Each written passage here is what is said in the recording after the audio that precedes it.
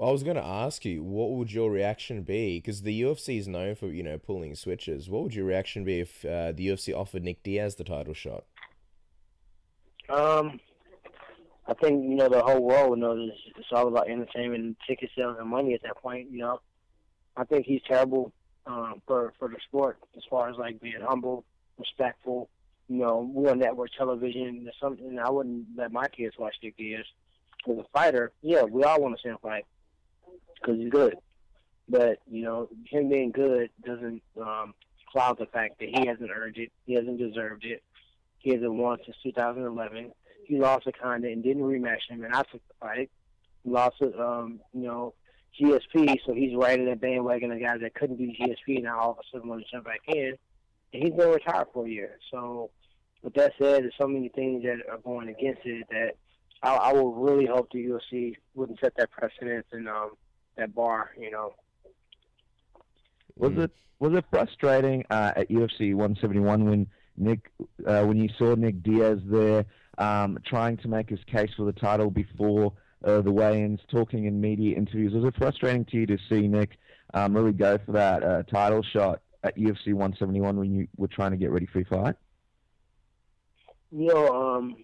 My fight was over with, and I didn't even really hear him.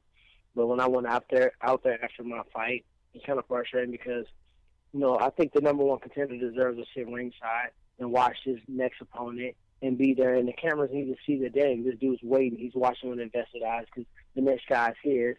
And I was told to go back because I had on MMA gloves.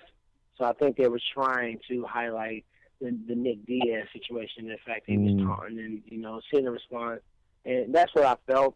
Nick Diaz don't speak to me. He won't be in the elevator with me. He won't look at me, because to be honest, I just think I don't know, I'm not going to say what I really think, but, we don't communicate. We don't say hi, we don't talk, we don't shake hands.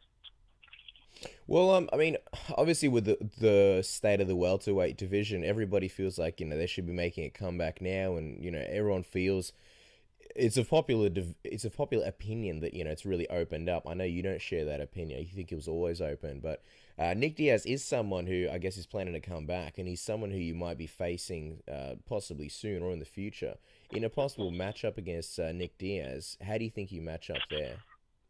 I think I'm the worst matchup on earth for Nick Diaz. I think literally. He's not faster. He's not stronger. He don't use angles. He's good boxing, good jiu-jitsu.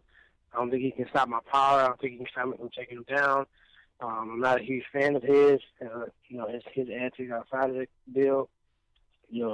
I'm not. He's not on the top 3 or 4 list of extremely tough matchups for me.